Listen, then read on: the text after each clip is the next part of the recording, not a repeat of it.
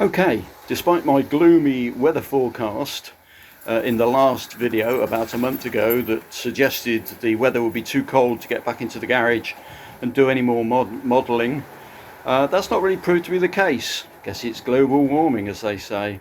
Anyhow, I'm back out in the garage. It's mid-December and I just thought I'd give you a quick update of some of the work that's gone on, and also identify that model railwaying doesn't always go smoothly. Firstly, let's deal with the good points. If you remember from the last video, I was uncertain about whether to have this small cottage in cottage form or whether to leave it as a barn. I've gone for the cottage form and created a small flower bed, garden shed, put some more of the pavings down, and a small apple orchard there. Most of those, the trees and the flowers, are courtesy of Model Scenery Supplies. And I also talked about doing white lines or road markings on the tarmac down the side of these buildings. I must confess that I do often say that I'm not really a model railwaying nerd who wants everything exactly right. But I must confess that I did find myself out on the local road measuring road markings to try and discover how long and wide they should be in 00 gauge. Fortunately, I didn't get run over, and hopefully we've got these road markings reasonably accurate.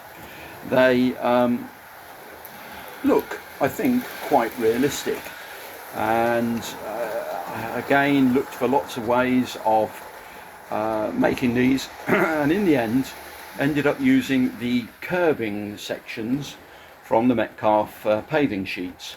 I've simply cut them into small stretches and glued them down onto the surface. They're a little bit proud, but they don't really notice like that when you look at them from a distance. So I'm quite pleased with the cottage, quite pleased with the road markings. Now we come to the less good things. You'll remember that I was cogitating on fire stations, and I had here a very old, slightly disreputable fire station that I wasn't sure worked there. So, because Metcalfe make wonderful kits, I decided to get hold of the Metcalfe fire station and see if that looked any better. And here it is, built, beautiful. The only trouble is, it's too big. I did measure the footprint from the website and thought I could squeeze it in, but I can't. If we attempt to get the fire engines in, clearly they protrude onto the road, and the whole thing is just too far across the road. So I've tried playing with it this way, can't get in, this way, running the risk of catching the trains as they go past the back, and then there is no way around the back of the fire station for the engines to turn round in.